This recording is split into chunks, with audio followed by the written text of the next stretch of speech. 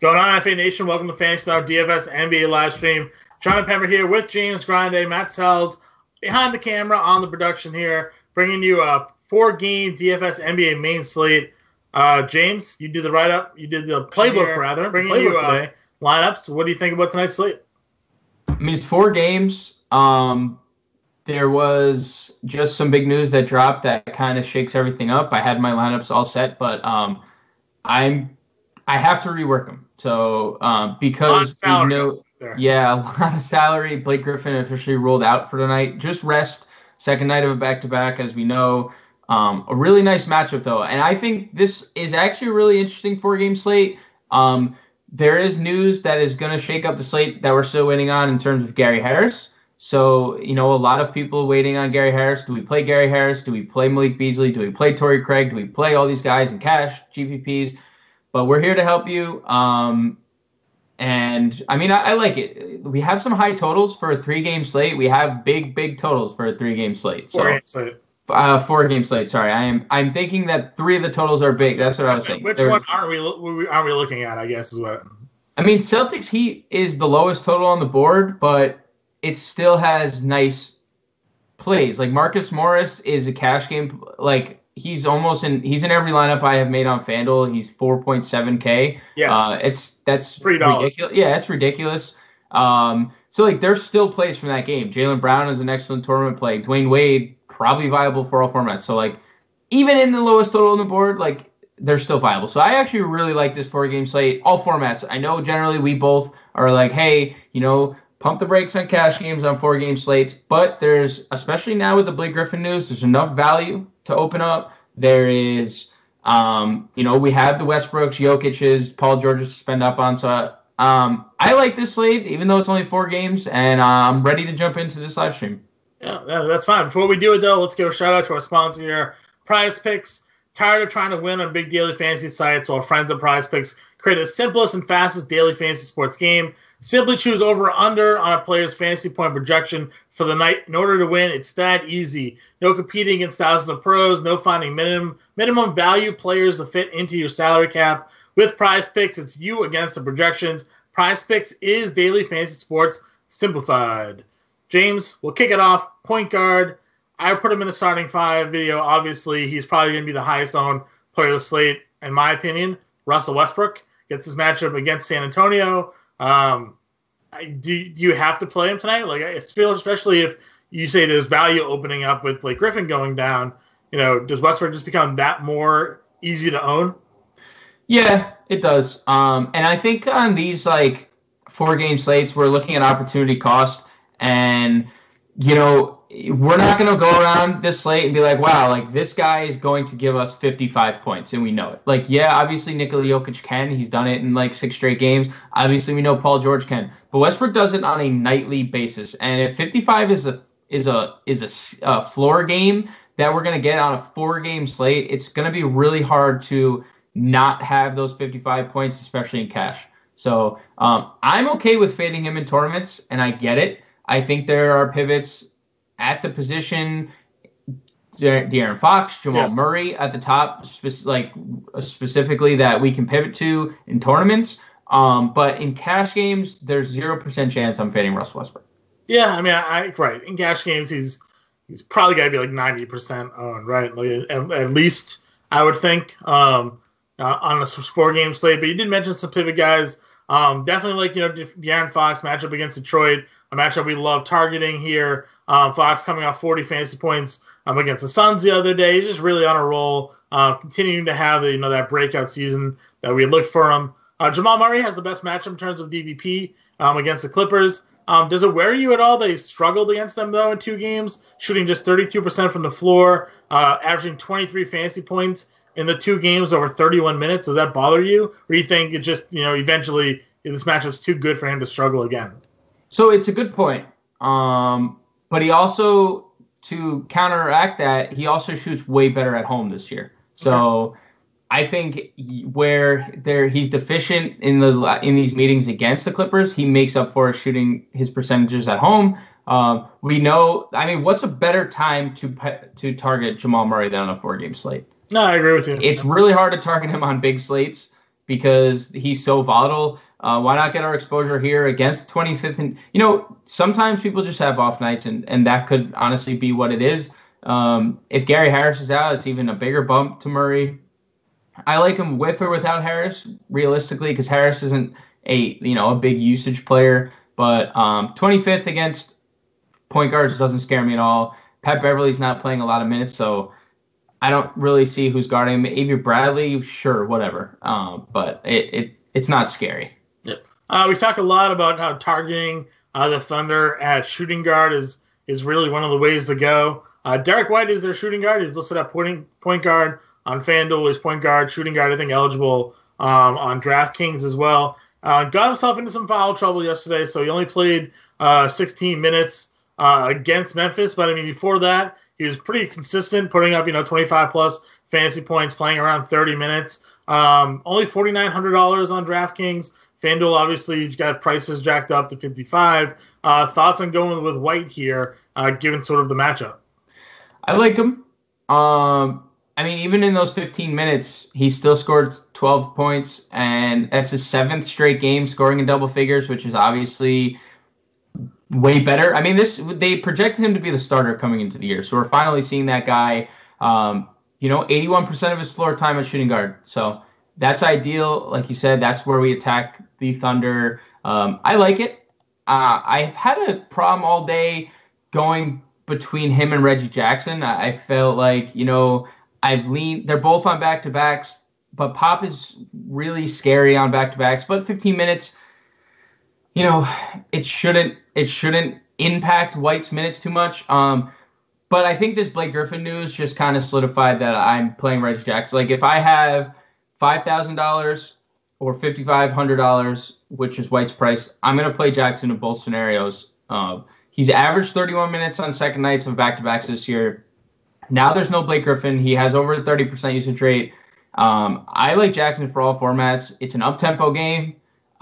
Kings ranked 26th against point guards. So if I were to choose between the two, I like White, but I have really grown to like Reggie Jackson more and more throughout the day. I'm almost considering Reggie Jackson as a core guy for me in all formats. So if you're playing FanDuel, you just play Jackson, Westbrook, and move on. Fair enough. Not a lot of value in the slate like we talk about, but there are some other guys that are a little bit cheaper down at point guard that GPP lineups you could probably give a go to.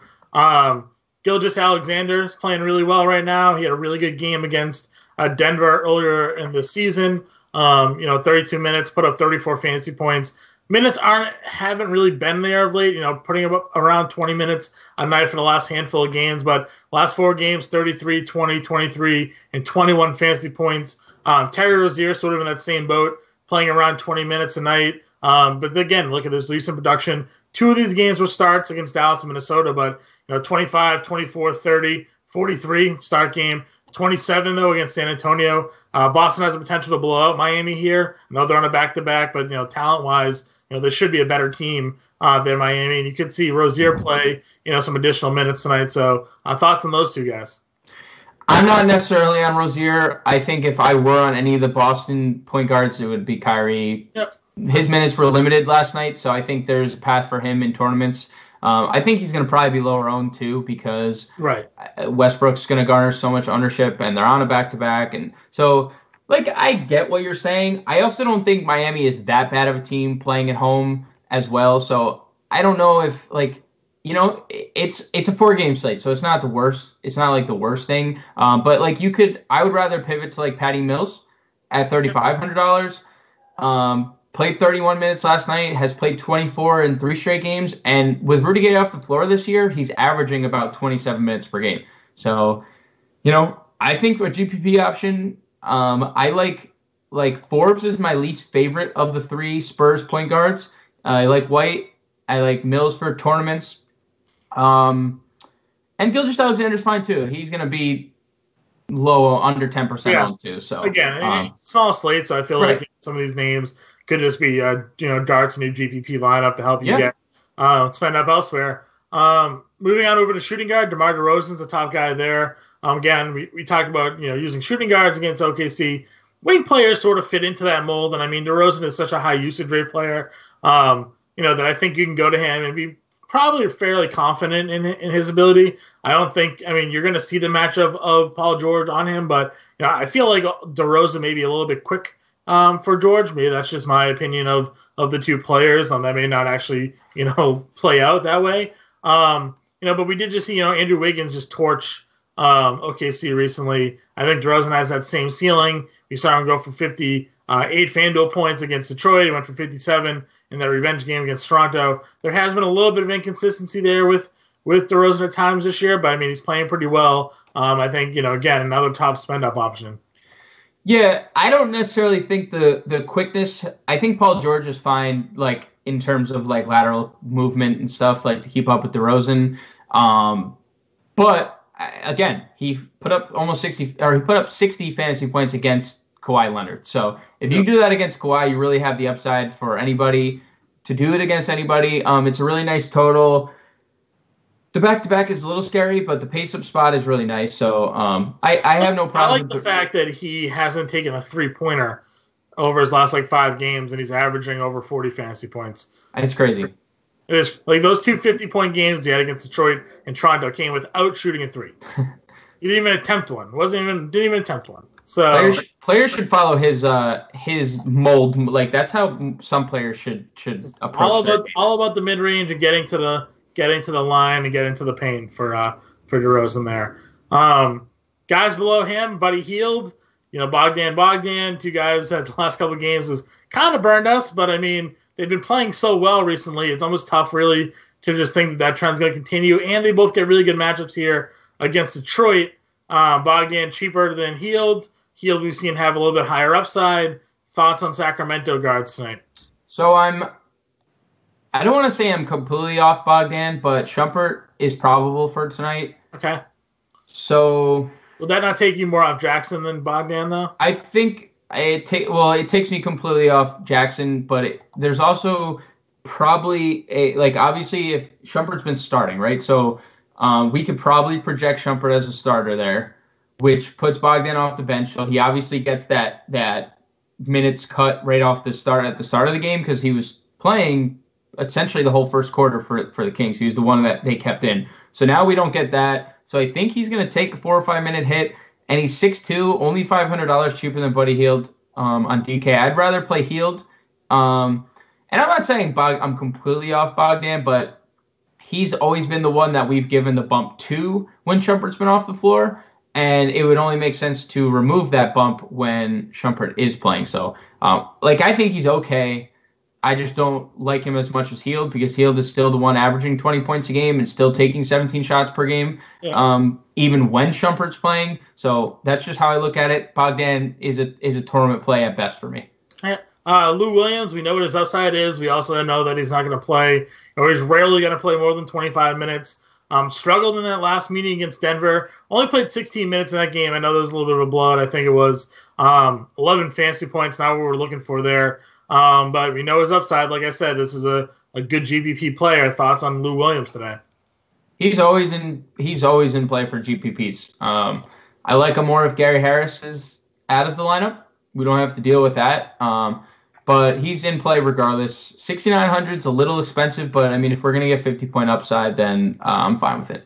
Where are you going with the Heat guards tonight? Waiters came back, played 25 minutes the other night. We obviously know Wade has been very consistent with his minutes as well. Haven't heard any news saying Wade's not going to – I mean, Waiters is going to sit out. He played a game, sat out 2 games, then played the 24 minutes against Denver. No word that he's going to not play against Boston yet. But assuming he does play, another 25 or so minutes, this is a guy that gets on the floor and loves to shoot. How are you feeling about Waiters and Wade tonight?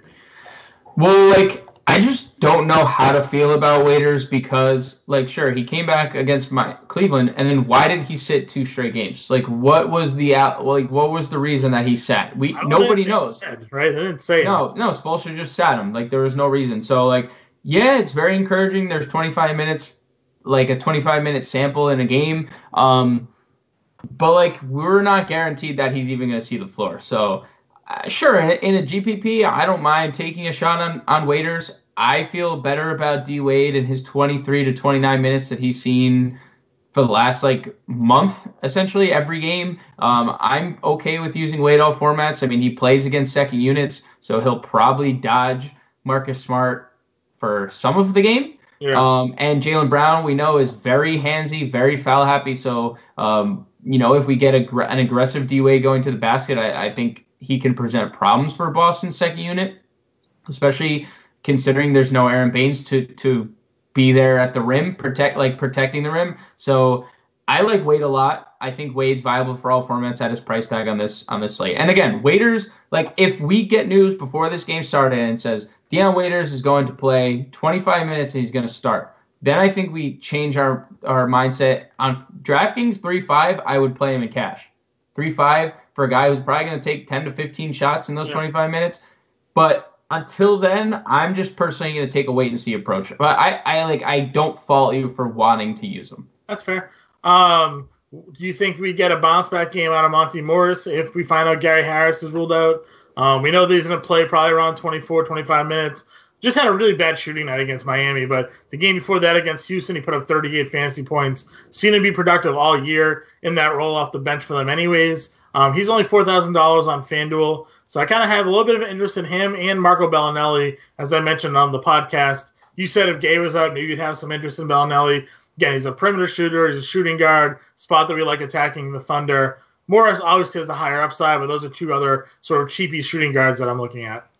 I would rather play all three Denver guys than Bellinelli, I think. Okay. And I'm not saying it's not just me shitting on Bellinelli. No, I mean, it's just Beasley wasn't great the last time out, but he started and played 39 minutes. Yeah. Torrey Craig, whatever, 16 rebounds is definitely an outlier, but he kind of just seems like he jumped Juancho all of a sudden, and now Torrey Craig's the one playing 30 minutes regardless. Yeah. So I'm I lean all three of the Denver guys, and Monty Morris, we know, you just said it, he has upside. He's a good scorer off the bench. And Bellinelli just doesn't do anything other than score. So if he's not scoring, then we're really at a disadvantage. So I'd rather go with the guys who are at least giving us some peripheral stats, and than Bellinelli, who might play 20 minutes, take 5 shots, and you know what? I'm making it. I got my vet minimum. I'm headed. We're headed on the road. Sure. How do you rank the Denver guards? If Gary Harris is ruled out, or if Gary Harris is ruled in, I think Gary Harris is the play. And then I would go Craig 2, Morris 3, Beasley 4. If Garrett Harris is out and Beasley is starting again, I'd probably put Beasley 1 in cash games. Or I put Craig 1, Beasley 2, Morris 3 in cash. Morris may be my favorite in tournaments. Yeah, okay. I was going to say, surprising that you have Morris so low, because we've seen him just really be productive all season long, even in a limited role. So let's jump on over to small forward. Paul George is at the top there against San Antonio. No problems if you want to use him. I think, again, he has one of the higher ceilings on the slate. The last 2 games, only 37, 36 FanDuel points. We'd seen much higher from him in recent games. I mean, just a crazy stretch he had for about a 6 to 7 game period. I think you can get back to here in this matchup against San Antonio. Not the greatest of defenders. Likely going to be either matched up with an Aldridge or Bertans or whoever they end up starting or playing at small forward, DeRozan. So I think George is in a really good spot if we're paying up there. Yeah, he's probably, for me, the third top guy. I have it Westbrook, Jokic, Paul George. That's the order I would have it. Well, and I'm going to put him even with Andre Drummond now that Blake Griffin's been ruled out. Okay. So I put Drummond on that next tier with them. So a top 4 rather, but I think George and Drummond are very close. Yep. The next tier below George is Gallinari, Winslow. Yeah, it's ugly. It's ugly. I don't mind paying for Gallinari. I know you said you didn't like the price tag over on that he's got. He was over 7K, I think, on both sites. He's averaging a tick under 5x of that price tag in terms of fantasy points per game this year. Is coming off 37 fantasy points against Charlotte. He's got a couple 40-point fantasy games thrown in recent stretches, so I don't mind him. I think on a small slate like this, if he goes for 33, 34 fantasy points, I think you're fine. I don't mind going a little bit under 5x on a small slate because not many people on this slate are going to go for 30 plus. So I don't mind paying up. You got a little bit of a revenge narrative there as well for Gallinari. Played 5.5 seasons in Denver. And then you go to the Heat guys with Richardson and Winslow. We know Boston's tough defensively. Winslow's playing point guard. So take that for what it's worth. Richardson, again, has been very productive. So thoughts on those guys? So I do like Gallinari. It's just, like, if this was a bigger slate, I think I'd be more prone to avoid him because his price. But on this slate, like, it's we let the slate dictate who we play. He's a solid play. I probably prefer Winslow and cash. I think they're both cash viable, especially on FanDuel with how just small forward is brutal. Thankfully, Griffin has opened up the door for a couple plays over there at small forward. But I probably prefer Winslow.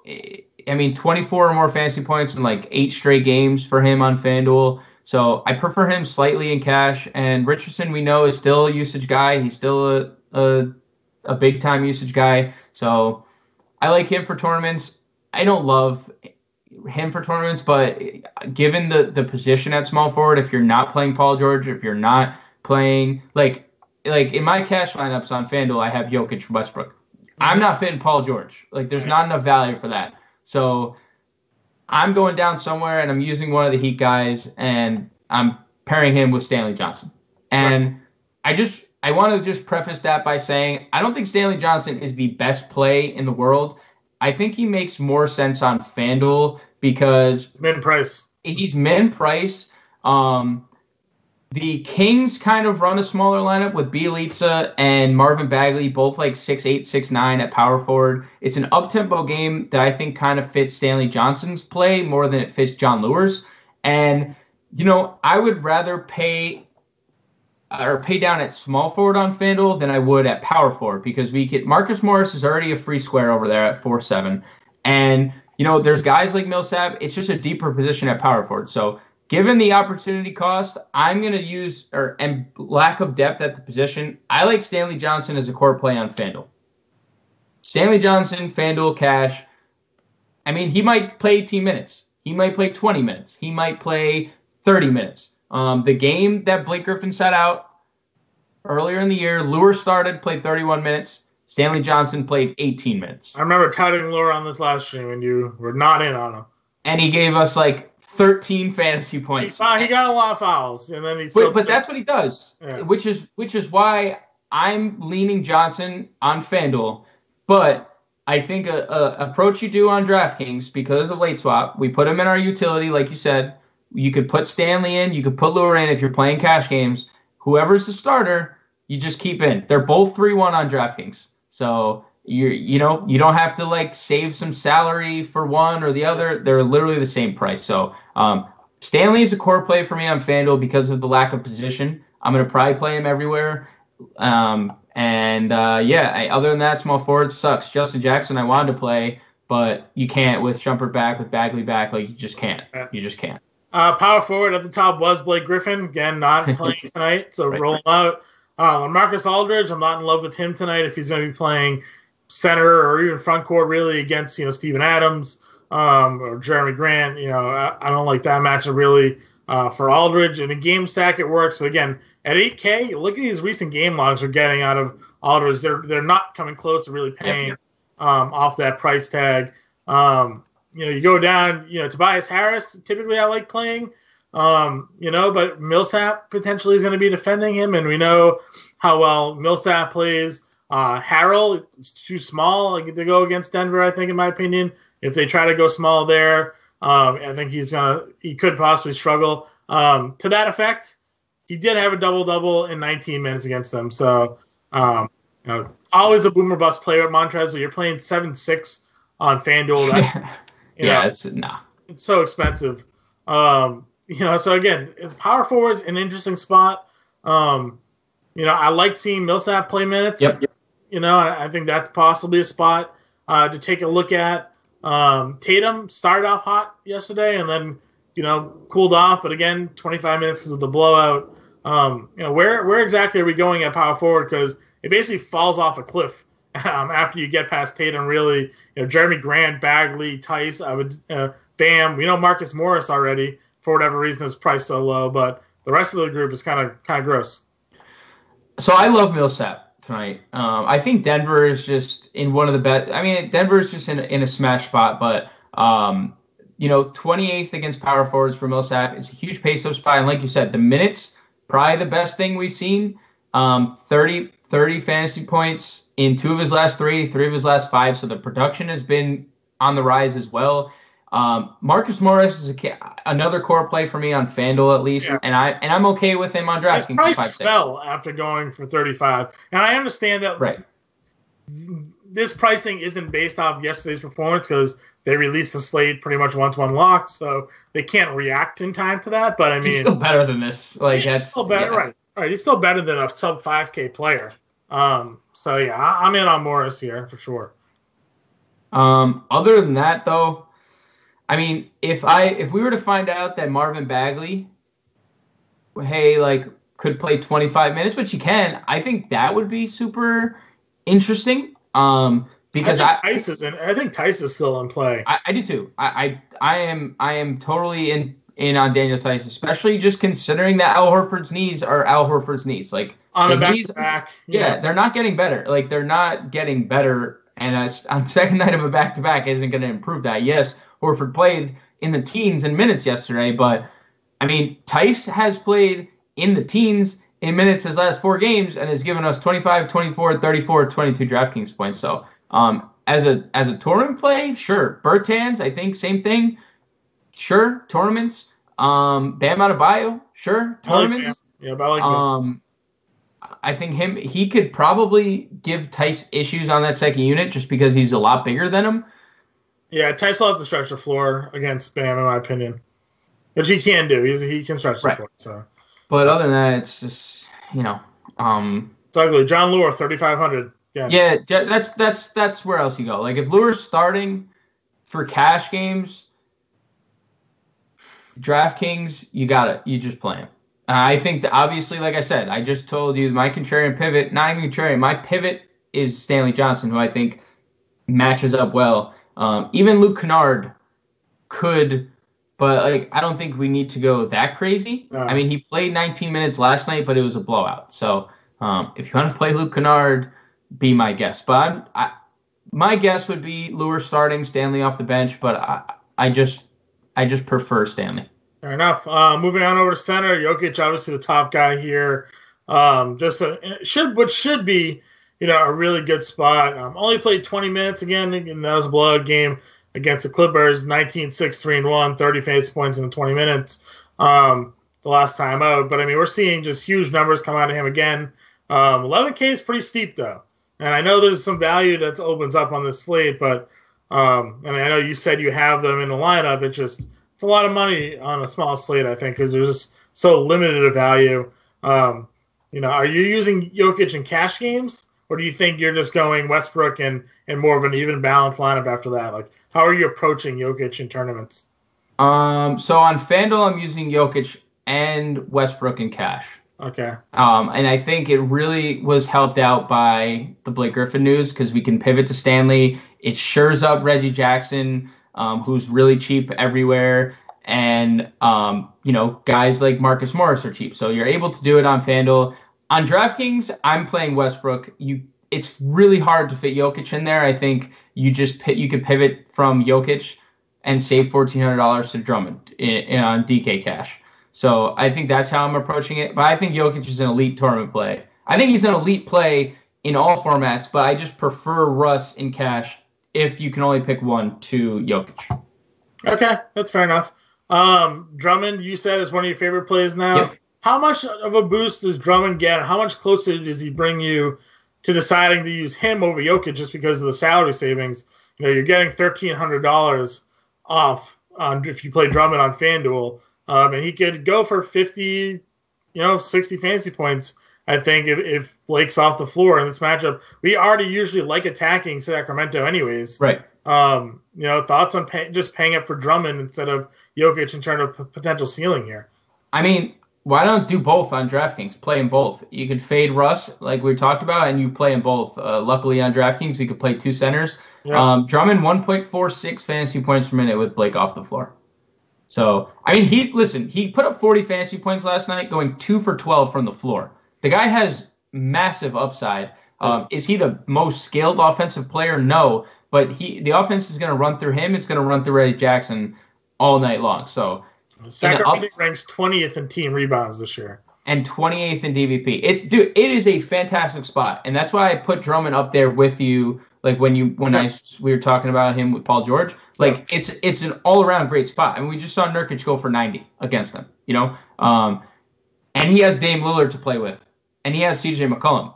The Pistons don't have anybody. They have Jose Calderon playing 20 minutes a game.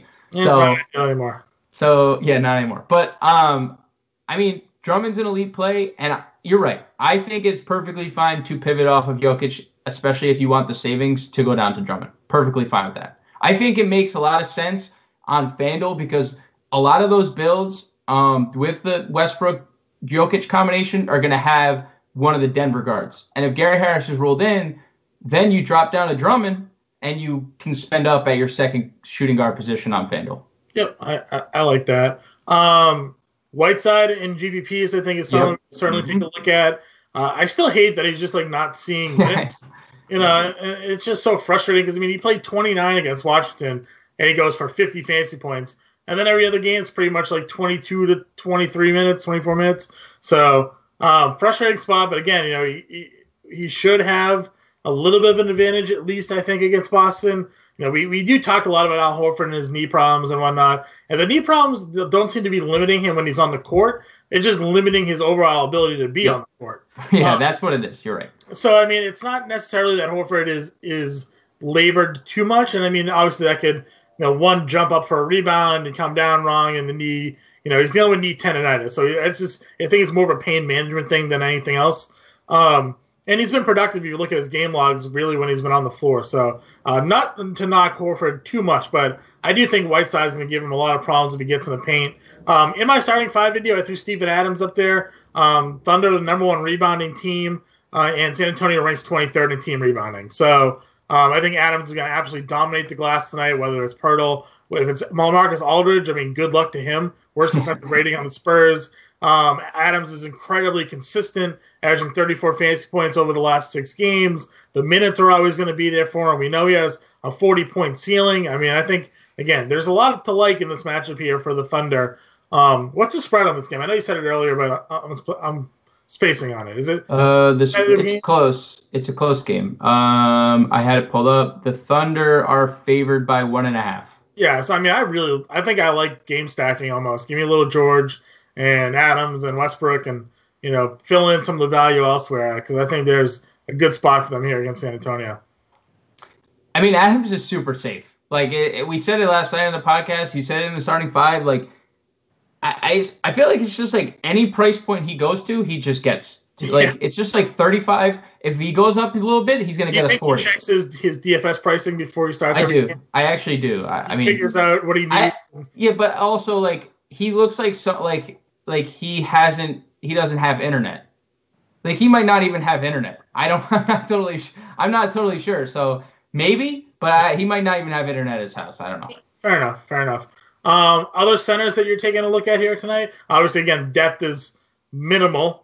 I say Mason Plumlee could potentially get in a game, but his minutes have been down back-to-back games. But if they do go small, with Harrell, Plumlee could sort of match up in that spot there. He did play 29 minutes back when he was starting and had 30 fantasy points against them. You don't need to go there, but he's just a guy that can fill up the stat sheet when he gets on the floor.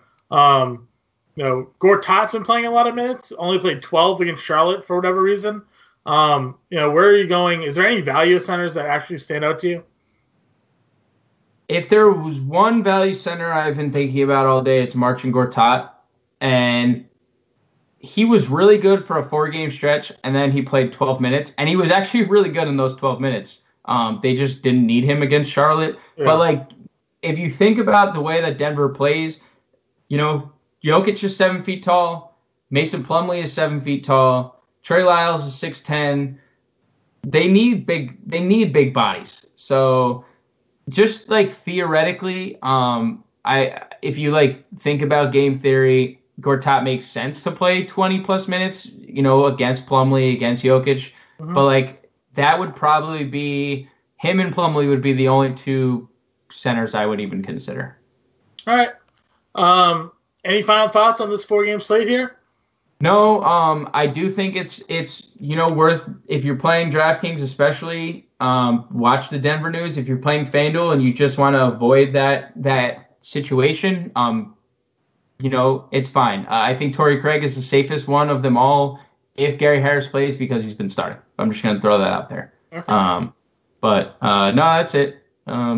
Lineups are out. If you're game stacking, what's the one team that you're stacking if you had to pick one?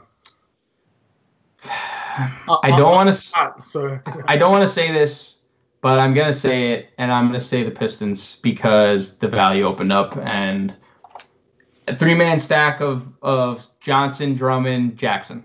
I love that stack. All right. That's not bad. I don't hate that either. That does wrap up live stream, everybody. First game starts at 7 o'clock. It's a rare Thursday, 7 p.m. TNT game. Usually on Thursdays we get till 8 o'clock to set your lineups, but not this week. Detroit, Sacramento, late night hammer, 10 p.m. Good luck, everybody. We'll be back with you, but a full slate of games tomorrow. Later, guys. Good luck.